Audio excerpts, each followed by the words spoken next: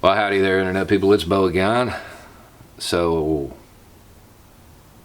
as of this moment, it appears the president blinked. And that's a good thing. That's a good thing.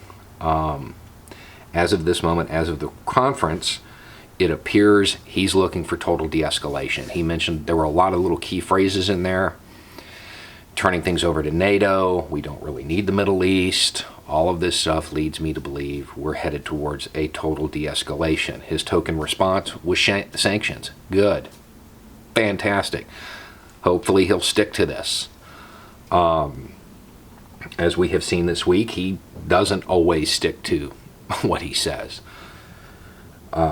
People are asking if whether or not I think somebody got to him, reached in there and finally was able to reach him and explain what was going on. It's probable, and I got a feeling I know who it was. It was probably Gina Haspel.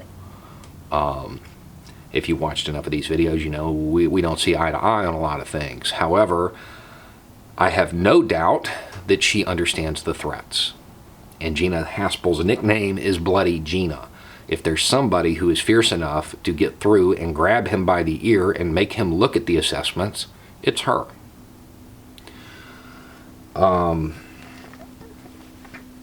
Speaking of assessments, this week a lot of people have pointed out the accuracy of mine. And I know it's YouTube, so I'm supposed to pretend like I'm just some mythical genius. The reality is tens of thousands of people can make those assessments with that same level of accuracy. None of this is a surprise to people who this is their field of study. And that leads us to the next question. Did Trump weaken America? Did this weaken the United States? No. It didn't. Everybody knew this. Everybody in this field was aware of this. They knew of this deterrent. That's the whole point of a deterrent. Everybody has to know it exists. That's why you had people like Soleimani. No, we don't fund those groups. What, do you think I'm a madman? Am I? And then publicly transfer money to them. It's a deterrent. You have to know it exists. And everybody did. What the American public doesn't know is what makes them the American public. The American public weren't really aware of this because it's never framed as a deterrent. It's framed as just evil. And yeah, okay, it is on some level, sure. But it is a deterrent. That's what it's there for. And now, hopefully, the American people understand that it exists. In my mind, that can only be a good thing. He didn't weaken America. He weakened our self-image. We're not invincible. Yes, we have the greatest war machine the world's ever known. But all machines have weaknesses. And Iran has their finger on a button that goes to one of those weaknesses. But hopefully, now that people are aware the deterrent exists, we can start treating Iran the way we should have the entire time. They're a regional superpower. They are. Doesn't matter whether or not we like them. That's the way it is. This should have always been a Cold War with an attempt at diplomacy at all cost. Rhetoric about attacking should never come onto the table because they have that deterrent, and we're not going to do it, and they know we're not going to do it. The only downside to this is that maybe other countries realize how effective it is. And then we have proliferation of sponsoring these organizations. That was a worry during the Cold War with that deterrent. And that, yeah, it's a worry.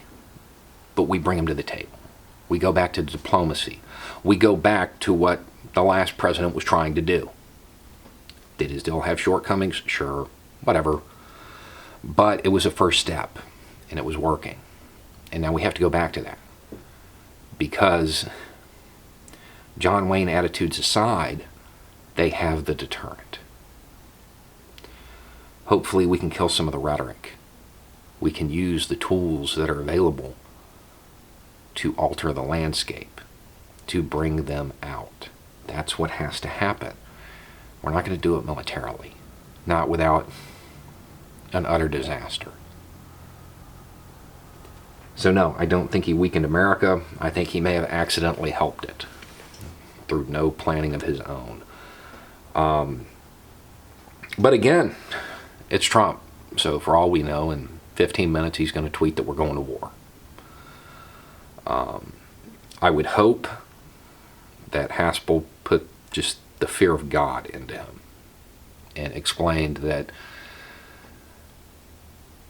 escalating this to the point where they use their deterrent guarantees he doesn't get reelected, because it's going to be a disaster. And I'm hoping that's what went down. Is it? We don't know, because we have a tweeter-in-chief. Anyway, well, thanks for hanging in there on the ride with me this week. I'm going to go get some sleep. Anyway, it's just a thought. Y'all have a good night.